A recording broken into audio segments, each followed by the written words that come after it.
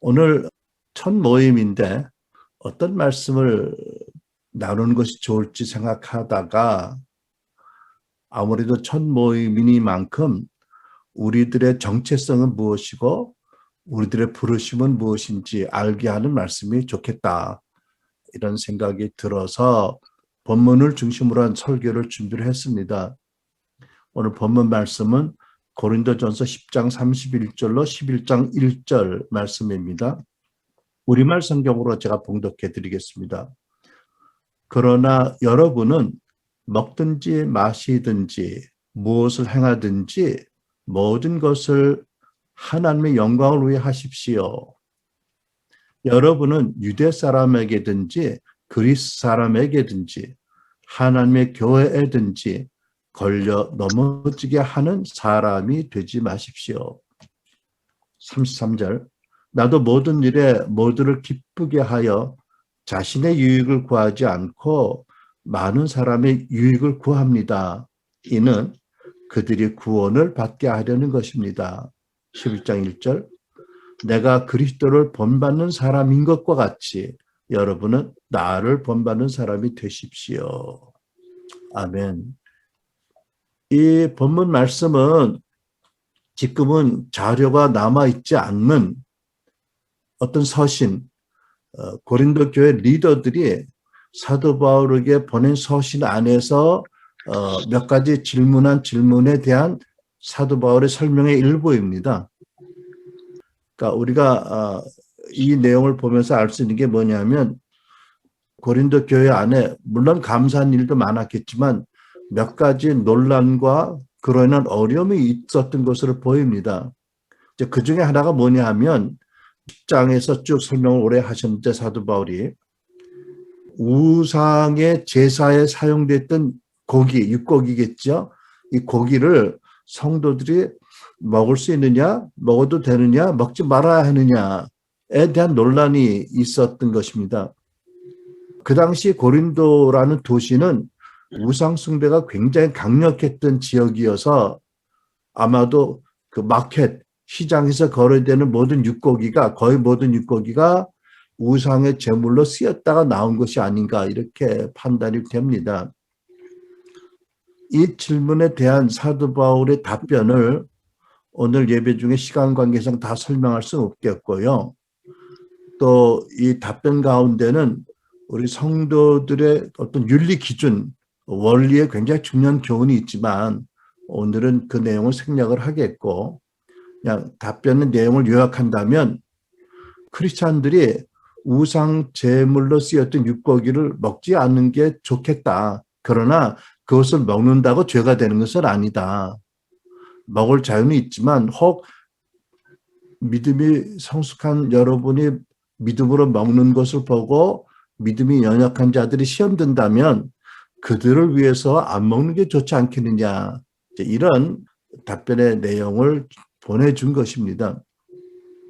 근데 이제 이 답변을 보내면서 사도 바울은 그 답변 안에 굉장히 중요한 어떤 진리와 원리를 담아서 보냈습니다.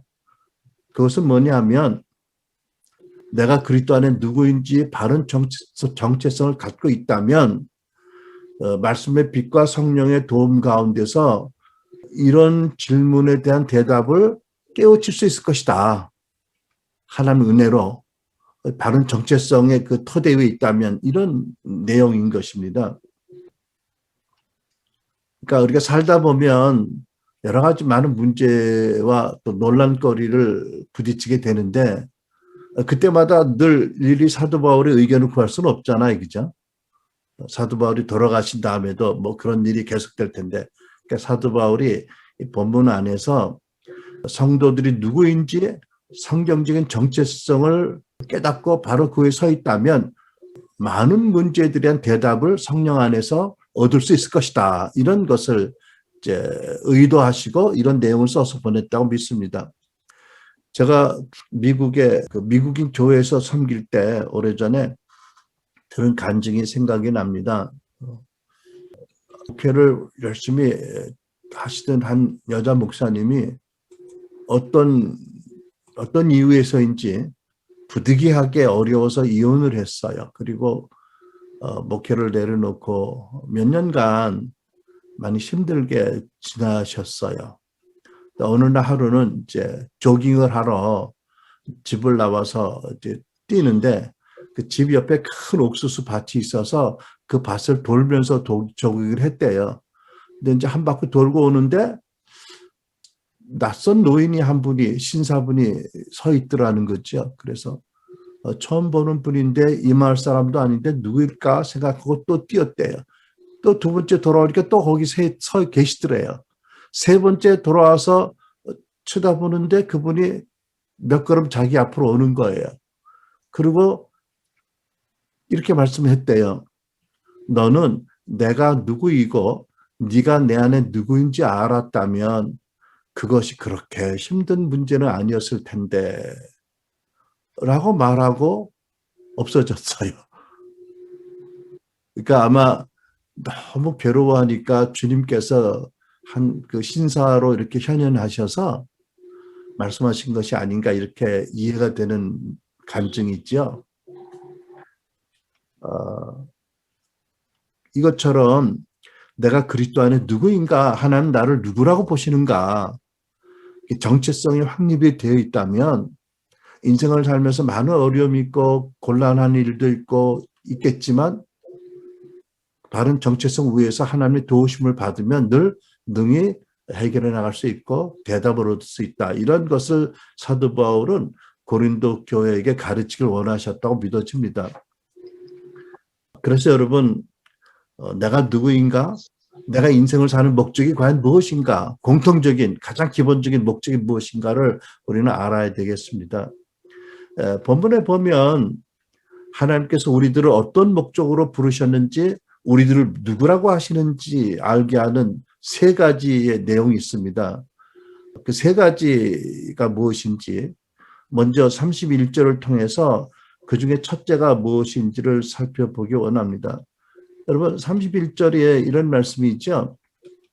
그러나 여러분은 먹든지 마시든지 무엇을 행하든지 모든 것을 하나님의 영광을 위해서 하십시오. 이 말씀을 통해서 하나님께서는 우리에게 우리의 정체성이 무엇이고 당신의 부르심이 무엇인지를 알게 하십니다. 정리하면 우리는 범사에 하나님께 영광을 돌리는 예배자로 부름받았다는 것입니다. 범사에 하나님께 영광을 돌릴 예배자로 부름을 받았다. 우리의 정체성은 예배자다. 근데 이 예배자는 공동 예배 또는 공예배에 모여서만 영광을 돌리는 게 아니라 먹든지 마시든지 무엇을 하든지 항상 다 하나님께 영광을 돌리도록 부름받은 자들이다. 이런 뜻입니다. 이제 사도 바울이 하나님께 영광을 돌리는 원리에 대해서 그 앞에 말씀에 미리 중요한 내용을 가르친 부분이 있어요. 그 앞에 보면은 그 하나님께 영광을 돌리는 예배의 기본 두 가지 요소가 무엇인지를 이미 기록해 놓으셨어요. 첫째 26절을 보면 이런 말씀이 있잖아요.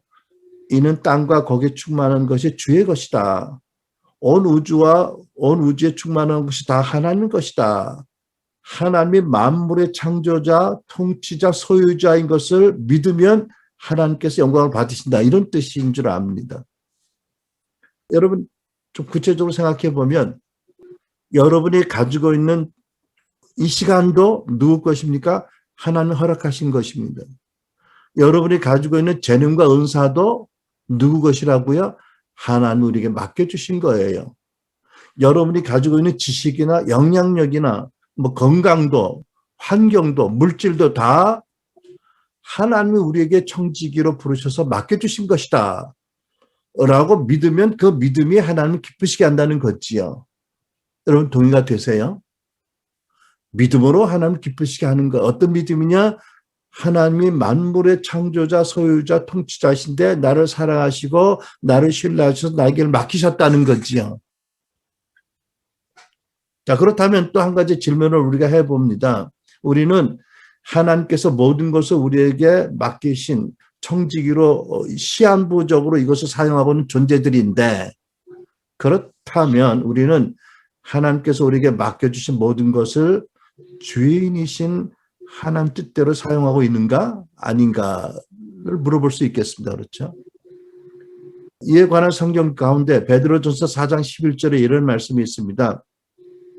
말씀을 전하는 사람은 하나님의 말씀을 전하는 것처럼 하고, 그러니까 저 같은 설교자는 설교할 때 내 생각을 전한다는 것이 아니고 나는 살아계신 하나님의 거룩한 말씀을 전하고 있다라는 믿음으로 하라는 거죠.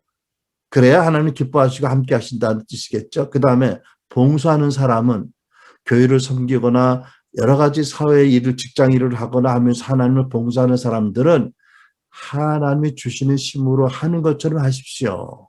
그러면 모든 일에 예수 그리스도를 통해서 하나님 영광을 받으실 것입니다. 여러분 이해가 되시죠? 내가 요리하는 재능이 있어. 근데 이것도 하나님 주신 거야. 그리고 나는 이 재능을 사용하면서 사람을 기쁘게 하지만 근본적으로 하나님을 섬기는 것이다 라는 믿음으로 하면 요리하는 일 자체가 예배가 되고 하나님을 섬기는 봉사가 되고 사역이 된다. 이런 뜻이잖아요. 그죠? 우리가 사는 집 앞에 보니까 스쿨버스가 서 있어. 아마 그분이 파트타임으로 스쿨버스를 운전하시는 분인 것 같아요. 이제 그분의 경우라면 내가 아르바이트해서 돈을 벌기 위해서 운전한다라고 생각할 수도 있겠지만 크리스찬이라면 내가 운전하는 것이 학교를 돕는 일이고 아이들을 안전하게 운전하는 일이지만 이것이 하나님께서 나에게 주신 봉사의 기회이다. 운전하는 기술도 안전하게 운전하는 것도 하나님의 은혜다.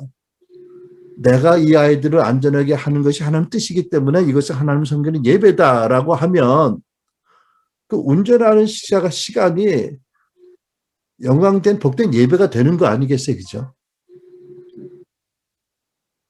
그러니까 우리가 어떤 섬김이나 사람들을 어떻게 봉사를 하든지 직장을 통해서든지 뭐 교회 안에서 봉사를 하든지 이것이 하나님이 주시는 은사와 능력으로 한다. 또 근본적으로 내가 하는 목적이 하나님을 섬기는 일이다라는 믿음을 가지면 하나님께 영광을 받으신다라는 원리가 거기 있죠. 두 번째, 우리가 하는 일 가운데 하나님께 감사를 드리면 하나님 영광을 받으시고 예배를 받으신다는 원리가 있습니다. 본문 앞 바로 30절에 이런 말씀이 있잖아요. 만일 내가 감사함으로 참여하면 어찌하여 내가 감사하다는 것 대해서 비방을 받으리요. 그러니까 보세요.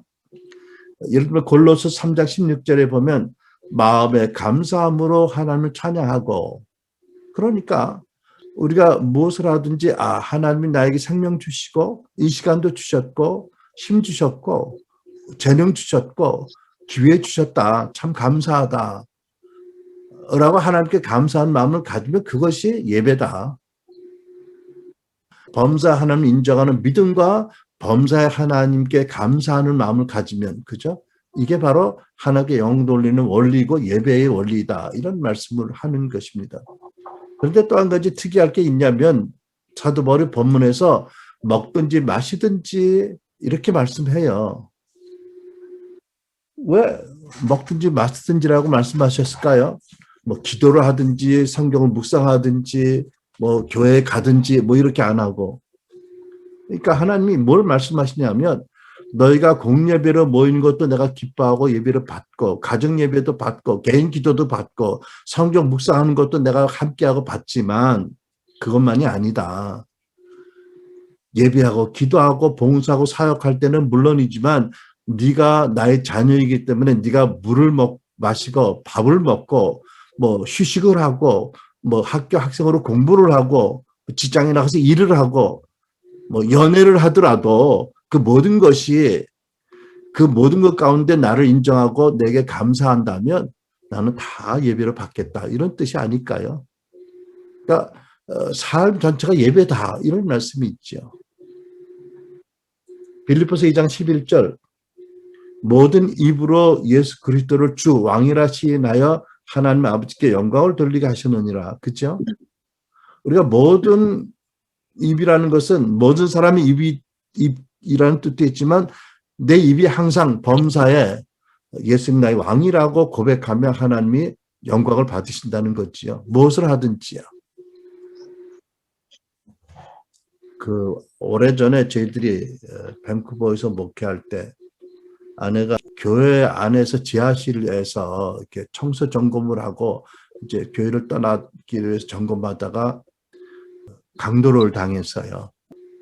굉장히 위급한 상황이었는데 하나님이 은혜 가운데 저를 보내셔서 구출할 수 있게 하셨어요. 그래가지고 경찰이 오고 앰뷸런스가 오고 오면 서식들에 갔는데 뭐라고 내가 위로를 할지 모르겠더라고요. 근데 저 사람이 내 손을 잡더니 뭐 기도합시다 그러더니 이렇게 기도하더라고. 하나님, 이 큰일 가운데 남편을 보내서 나를 구원해 주셔서 고맙습니다. 두 번째, 이런 일이 우리 아이들에게, 딸들에게 생기지 않아서 감사합니다. 세 번째, 이런 일들이 우리 성도들에게 생기지 않게 해서 감사합니다. 참 그 위기와 고통 중에 아픈데도 그렇게 감사하는 것이 참 아름답게 보였어요. 그게 하나님을 믿고 인정하고 감사하는 게 진정한 예배 아니겠어요? 그렇죠? 그래서 여러분, 우리가 하나님의 영광을 범사에 돌리는 예배자로 부름받았다. 우리는 범사에 하나님께 영광 돌리는 예배자다라는 정체성을 가지고 살아가시기 바랍니다. 이런 정체성과 믿음을 가지고 살면 최고의 계명, 마음과 목숨과 뜻을 다하여 너희 하나님 사랑하라는 말씀을 저절로 이루어지게 할 줄로 믿습니다. 두 번째 우리 부르심 정체성, 우리 사역은 무엇이냐면 32절로 33절에 이렇게 기록되어 있습니다. 여러분은 유대 사람에게든지 그리스 사람에게든지 하나님의 교회에든지 걸려 넘어지게 하는 사람이 되지 마십시오. 나도 모든 일에 모두를 기쁘게 하여 나의 유익을 구하지 않고 많은 사람의 유익을 구합니다. 이는 그들이 구원을 받게 하려는 것입니다. 이 말씀에서 우리 모두는 이웃의 구원을 위한 부름을 받았다. 이웃의 구원을 위한 사역으로 부름받았다라는 것을 알 수 있습니다. 그러니까 먼저 하나님께 대해서는 수직적으로 말한다면 범사 영광을 돌리는 예배자로 부름받았고, 이제 수평적인 관점으로 본다면 우리 모두는 아직 구원받지 못한 또는 구원을 이루어가는 이웃의 구원을 위해서 부름받은 자들이다. 사역자들이다. 우리 모두가 이런 의미가 있습니다. 그런데 이제 본문에서 보면 예수 그리스도의 사역자들은 첫째로 남에게 거치지 말아야 된다. 거치는 존재가 되지 말아야 된다고 가르치세요. 그죠? 그렇잖아요. 그죠? 이웃의 구원을 위한다고 하는 사람들이 자꾸 이웃에게 걸림돌이 되면 되겠어요. 그죠? 그리고 두 번째, 나의 유익보다 이웃의 유익을 먼저 구하고 나의 기쁨보다 이웃의 기쁨을 먼저 구하는 것이다. 그러니까 우리가 크리스찬들이 모르는 사람에게도, 불신자들에게, 심지어 우리를 박해하는 자들에게도 친절하게 대하고 하나님의 사랑으로 대해야 된다는 거지요. 왜? 그들도 구원받아야 되니까. 그러니까 우리가 어떤 다툴 일이 있을 때 이치적으로는 내가 질 게 하나도 없어. 마땅히 내 권리지만 상대방이 너무 그것을 가지고 치열하게 구한다면 그래, 양보하지. 이런 것도 이 사역자의 기본 태도인 거지요. 어떤 유익을 위해서 끝까지 바둥바둥 하는 것이 덕스럽지 않은 거지요. 그 이웃의 구원을 위한 관점으로 보면 그렇죠. 그러니까 전에 아주 오래전에 어떤 사모님 간증을 들었는데, 그때는 이렇게 큰 마켓이 없을 때니까 장에서, 시장에서나 길터에서 이렇게 과일을 파는 사람이 지금도 행상들이 있잖아요. 그죠? 근데 그 사모님은 그 사모님의 특별한 믿음인 것 같아. 그 가장 조그마한 그런 진열대를 놓고 파는 할머니 물건을 사는데, 사과를 산다면 잘 고른대요. 그래서 흠이 있고 남들이 안 집어갈 것만 골라가지고 온대. 그건 그분의 믿음이에요. 그죠? 내가 이렇게라도 이 할머니를 도와야지. 남들은 골라서 좋은 걸 가져가지만 뭐 흠이 있다고 안 가져가면 못 먹을 것도 아닌데 이 할머니 손해가 더 클 테니까 뭐 이런 뜻으로 하는 거잖아요. 그건 그분의 예배의 방법이고 그분의 섬김의 방법이고 그분의 사역의 방법이 그렇죠. 아마 그분은 계속 그러면서 할머니 구원을 위해서 기도했겠죠. 근데 이제 우리가 이렇게 할 때, 이렇게 하려고 할 때, 사도바울 이렇게 당부할 때, 사도바울 마음에는 어떤 전제가 있었겠죠? 뭐겠죠? 그거는 우리가 믿음으로 이웃의 구원을 위해서 이웃에게 양보하고 이웃의 유익을 주고 이웃에게 기쁨을 주면 하나님 그걸 다 받으시고 하나님 그것을 보상도 하시고 더 큰 축복을 주실 것이다. 이런 전제가 있는 거예요. 그죠? 사실 이런 것을 못 믿으면 어떻게 하겠어요. 우리 다 유한한 존재들인데 그렇죠? 그러니까 우리가 교회 안에서는 물론이고 남에게 걸리지 말고 교회 다른 성도들에게 유익과 기쁨을 주기를 하고 노력을 하고 세상에서도 그렇게 하는데 결국은 이것이 하나님을 섬기는 사역이고 봉사이고 예배이고 만약 그것 때문에 내가 손해를 보고 상처를 받으면 하나님 치유하시고 넉넉하게 보상하고 복을 주신다라는 믿음으로 할 수 있기를 바랍니다. 에베소 6장 5절로 8절에 이런 말씀이 있어요. 종들은 그 당시 노예들이죠. 그리스도를 대하듯 두렵고 성실한 마음으로 주인에게 순종하십시오. 요즘 시대에는 직장인들과 고용주의 관계에 대해서 말하겠죠. 직장인들은 그리스도를 대하듯 두렵고 성실한 마음으로 주인에게 순종하십시오. 아첨하는 사람처럼 눈가림으로 하지 말고 그리스도의 종들처럼 마음을 다하여 하나님의 뜻을 행하십시오. 그리고 주님을 섬기듯 기쁨으로 주인을 섬기며 사람에게 하듯 하지 마십시오. 종이든 자유인이든 누구든지 선한 일을 하면 주님에게 그만한 상을 받는다는 것을 아십시오.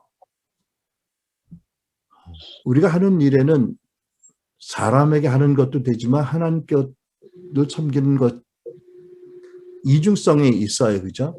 근데 중요한 것은 모든 것을 하나님을 위해서 하는 것이고 하나님이 다 보시고 복을 주시고 도우시고 치유하시고 상을 주신다라는 믿음으로 하는 것이죠. 이제 그렇게 해서 결국은 세 번째 이웃으로 하여금 그들이 얻을 수 있는 유익 중에 가장 큰 유익이 뭐예요? 구원을 얻는 거죠. 그들의 복음을 믿고 예수를 믿고 영원 구원을 얻는 것은 물론이고 그들의 복음 가운데 구원 가운데 계속 자라나는 것. 그러니까 자라나지 못하게 방해하는 것들을 위해서 기도해주고 도와주고 제거해주고 축복해주고 말씀을 나눠주고 격려해주고 사랑을 베풀고 해서 구원 가운데 자라나게 하는 것이 최종 목적이다. 불신자가 구원을 받게 하고 거듭난 신자가 구원을 이루어가도록 성장하도록 도와주는 것이 우리 사역자의 부르심이다. 이런 말씀이 있죠. 그러니까 우리가 이 말씀과 성령의 인도에 복종해서 살면 결국은 최고의 계명, 내 이웃을 내 몸과 같이 사랑하라는 말씀을 저절로 이루어가게 될 줄을 믿습니다. 자, 세 번째 우리의 부르심, 정체성, 우리의 목적입니다. 1절 말씀, 내가 그리스도를 본받는 사람인 것과 같이 여러분은 나를 본받는 사람들이 되십시오. 저는 처음에 이 말씀 읽을 때 와, 사도 바울이 본인이 겸손하다고 하셨는데 되게 교만하네 이런 판단하는 마음이 있었어요. 왜? 아니 쉽게 그냥 너희는 그리스도를 본받아라 그러면 될 텐데 왜 내가 그리스도를 본받는 사람이 된 것처럼 너희는 나를 본받으라고 왜 자기를 끼워? 뭐 이런 생각이 든 거예요. 아니 우리를 주님과 직결시키면 되죠. 왜 당신이 끼워? 이게 뭐 눈에 뭐가 보인다고 그랬던 것 같아요. 지금 더럽게 보면. 나중에 깨닫고 보니까 굉장히 중요한 원리가 있어요. 첫 번째, 사도 바울은 이 서신을 받는 사람들이 사도 바울의 간증을 다 아는 사람들이기 때문에 이렇게 쓴 거예요. 자기가 얼마나 그리스도인들을 미워하는 폭행자고 포행자고 얼마나 악한 자였는지를 아니까 이렇게 썼습니다. 무슨 뜻이죠? 그런 나를 그리스도께서 위해서 죽으시고 나를 만나 주셔서 나를 구원해 주셨다. 그렇게 무서운 죄를 지은 나를 구원하시고 나를 사랑하시고 나를 지금도 이끌어 가신다. 그러니 하물며 너희들은 어떨 것이냐라는 뜻으로 당신을 이렇게 보이게 하셨다고 믿습니다. 사도 바울은 자기 사역의 마지막 말미에서도 당신을 죄인의 괴수라고 늘 고백하거든요. 사실 하나님을 알면 알수록 하나님의 빛을 더 비춤을 받으면 받을수록 자기 안에는 죄성이 드러나게 돼 있잖아요. 그죠? 사도도 예수님이 아닌 바에는 그 안에 죄성이 남아있지요. 그게 그의 싸움이고 그의 짐이기도 하잖아요. 또 그러므로 계속 하나님을 의지하는 것이 하나님의 경륜이거든요. 아무튼 그거를 느끼면서 정말 죄인의 괴수라고 절실하게 고백하는 거예요. 가식이 아닌 거잖아요. 그죠? 이제 그런 뜻으로도 내가 그리스도를 본받는 자 된 것처럼 너희는 날 본받으라고 하셨고, 세 번째는 뭐냐면 내가 하나님의 종이 되어서 사도로 쓰임을 받고 있는데 이것을 나의 학식과 지식과 내 인격과 능력으로 하는 게 아니다. 나는 예수님이 그러셨던 것처럼 온전히 성령의 능력으로 성령의 기름 부음 받아서 내가 하고 있다라는 걸 강조하기 위해서 그렇게 한 거예요. 여러분 이해가 되세요? 내가 그리스도라는 것은 메시아라는 뜻이고 기름 부음 받은 종이라는 뜻이잖아요. 그러니까 성경은 예수님이 메시아다, 하나님의 기름 부음 받은 자라고 말씀하잖아요. 무슨 뜻인가요? 예수님이 이 땅에 오셔서 하신 모든 일을 예수님 당신의 지식과 능력으로 하지 않으셨어요. 빌립보서 보면 자기를 비워 종의 형체를 가졌다 이런 말씀이거든요. 굉장히 중요한 원리예요. 예수님이 이 땅에 성육신 하신 하나님의 아들이 이 땅에 오셔서 모든 죽은 자를 살리고 모든 병을 고치고 기적을 행하시고 하나님의 말씀에 순종하는 모든 것들을 당신의 힘으로 하신 게 아니다라는 거지요. 오직 성령을 계속 기름 부으셔서 그 능력으로 하셨다는 거거든요. 여러분 이거는 굉장히 중요한 것입니다. 왜냐하면 여러분이 이 진리를 믿지 않으면 이렇게 생각할 수 있어요. 아, 예수님은 하나님의 아들이니까 그렇게 병도 고치시고 뭐 기적을 행하셨지. 나는 아니잖아. 나는 적은 그릇이고 그나마 금이 가서 새는 그릇 아니야. 내가 어떻게 그렇게 해라고 인간적으로 잘못된 비교를 할 수 있는 거예요. 그죠? 근데 예수님이 놀랍게 뭐라고 말씀하시죠? 나를 믿는 자는 나야 하는 모든 일을 그도 할 뿐 아니라 더 큰 일도 하신다거든요. 이게 깜짝 놀랄 일이에요. 아니 어떻게 예수 믿는 예수님의 제자 내가 예수님 하신 일을 다 하고 더 큰 일을 해. 근데 이게 가능한 게 뭐죠? 첫째, 예수님이 이 땅에 계실 때 당신의 능력과 지식으로 하지 않고 오직 성령으로 하셨다. 두 번째, 나를 믿는 너희들에게도 내가 성령으로 기름 부어주었다. 이런 전제가 있어서 이것이 가능한 말씀이잖아요. 그렇죠, 여러분? 여러분 믿어지세요? 성경을 보면 성경 세 군데에서 여러분과 나에게 하나님께서 기름 부음 받은 자들이라고 말씀하세요. 요한 1서를 보면 심지어 아이들도 하나님의 기름 부음 받았다. 아이들이 누구의 그리스도 안에 있는 어린 성도들도 이미 기름 부음 받았다고 말씀하거든요. 무슨 뜻이에요? 예수의 제자인 우리는 예수님의 명하신 것처럼 모든 것을 하고 모든 것을 가르쳐 지키게 해야 되는데 우리의 인격과 우리의 능력과 우리의 지식으로 하는 것이 아니라 그것도 중요하겠지만 결정적으로 성령의 기름 부음으로 하라는 것입니다. 그래야 그것이 온전한 것이고 그것이 하나님이 함께 하시는 것이고 하나님 능력과 하나님 영광을 나타낼 수 있는 방법이라는 거죠. 여러분 요한 웨슬레라는 감리교의 창시자가 이런 말씀을 했어요. 영어로 Without God we cannot. Without us God will not. 무슨 뜻이죠? 하나님이 아니시라면 우리는 아무것도 못해. 무력한 존재야. 근데 하나님은 우리가 아니라면 아무것도 안 하셔. 그러니까 이거 무슨 하나님이 우리를 동역자 삼으셨다는 뜻이에요. 그죠? 하나님은 의지적으로 우리를 통하지 않고서는 어떤 일을 안 하세요. 우리는 본질적으로 하나님의 도움이 없으면 아무것도 못해요. 근데 하나님께서는 당신의 아들을 이 땅에 보내셔서 성령을 계속 기름 부으셔서 당신을 섬기게 하셨어요. 그 모든 기적과 모든 능력을 다 사역하게 하셨어요. 그리고 예수를 따르는 우리에게도 동일하게 성령을 부으시고 계속 기름 부을 것을 작정하시고 너희들은 예수가 한 그 일을 할 뿐 아니라 더 큰 일을 할 수 있다라고 격려하실 뿐 아니라 실제로 능력을 주고 계시는 거예요. 우리는 이러한 믿음의 진리를 가지고 우리는 예수 그리스도의 제자로 성령의 기름 부음 받은 자로 살아야 된다. 그렇게 할 때 하나님께 영광을 돌리게 되는 거잖아요. 만약 여러분 내 지식과 내 인격과 내 힘으로 했다고 믿으면 그것이 아무리 종교적인 포장으로 하더라도 종교적인 명분으로 하더라도 그게 하나님께 진정 영광이 될까요? 사도행전 3장을 보면 이런 놀라운 대목이 있어요. 그 미문이라는 성전의 문 중에 하나가 있는데 아름다운 문이라서 미문이에요. 근데 거기에 나면서부터 불구자인 한 사람이 거기서 앉아서 늘 구걸을 해요. 근데 오순절 이후에 베드로와 야고보 요한의 일행이 하루에 2번씩 3번씩 성전에 올라가서 예배했잖아요. 그러니까 미문 앞을 수없이 지나다녔어요. 근데 어느 날 그 앞을 지나는데 베드로 요한이 마음에 큰 감동이 와서 그 사람을 바라보면서 쳐다보면서 우리를 보라. 금과 은은 그러니까 네가 원하는 물질은 내게 없지만 나에게 있는 것으로 너에게 주노니 곧 나사렛 예수 이름으로 일어나 걸으라고 손을 내밀어 붙잡는데 어떻게 해요? 이 사람이 일어나더니 펄쩍펄쩍 뛰고 그 순간 치유받아가지고 영광을 돌리고 난리를 하는 거예요. 기적이 일어난 거죠. 그랬더니 많은 사람이 놀라서 몰려들었어요. 왜? 저 사람 닮았던 저기서 오랜 세월 동안 구걸하던 자인데 어떻게 일어나느냐 안진뱅이가. 그래서 놀랐는데 베드로가 뭐라고 그러죠? 여러분 이상한 눈으로 나를 쳐다보느냐 이래요. 왜 놀랍고 왜 우리를 아주 경이한 존재를 보듯이 경이롭게 보느냐. 부담스럽다 이거죠. 아니라 이거죠. 왜 우리의 경건과 능력으로 이 사람을 일으킨 것죠? 우리를 보냐 이러거죠. 무슨 뜻이에요? 내가 경건해서 이 사람에게 기적이 일어나는 것도 아니고 내 믿음과 내 능력이 아니다. 오직 하나님이 그의 아들 예수 그리스도 그의 종을 영원하게 하셨다. 무슨 뜻이에요?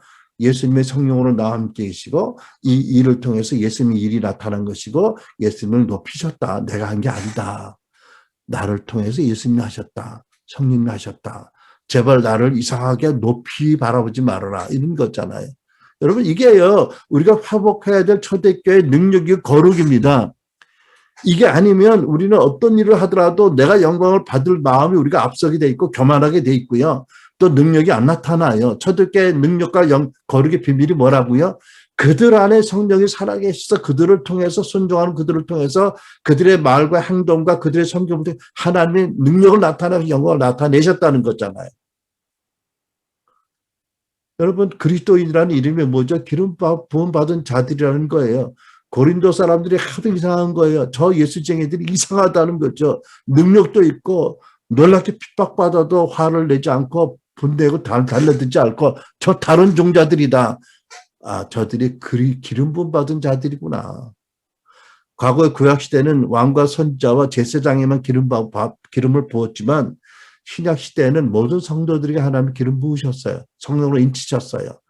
우리가 이 진리를 알고 이것이 우리 마음에 정말 성육신이 되어서 우리는 예수 그리스도의 제자로 성령의 기름 부음을 받은 자들이다라는 정체성을 확실히 가지고 우리가 감히 하나님의 뜻 가운데서 살아가야 되겠다는 것입니다. 요약하면 우리 세 가지 정체성 부르심 있습니다. 첫째, 언제 어디서든지 무엇을 하든지 범사에 하나님 인정해드리고 범사에 감사하면서 하나님께 영광을 드리는 예배자다.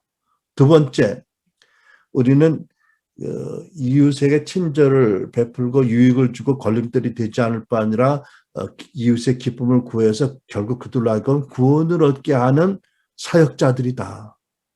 또 구원에서 자라게 하는 사역자로 부름받았다.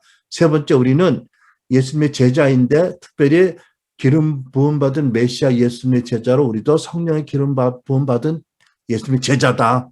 그리스도인이다.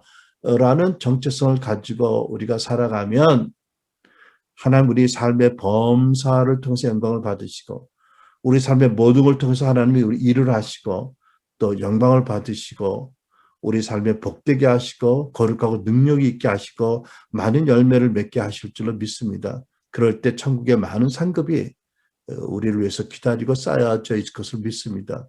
어떤 어려움이 와도 능히 이겨나갈 수 있는 힘과 능력과 위로와 격려가 또 하나님 도우심이 늘 함께 할 줄로 믿습니다. 기도하겠습니다.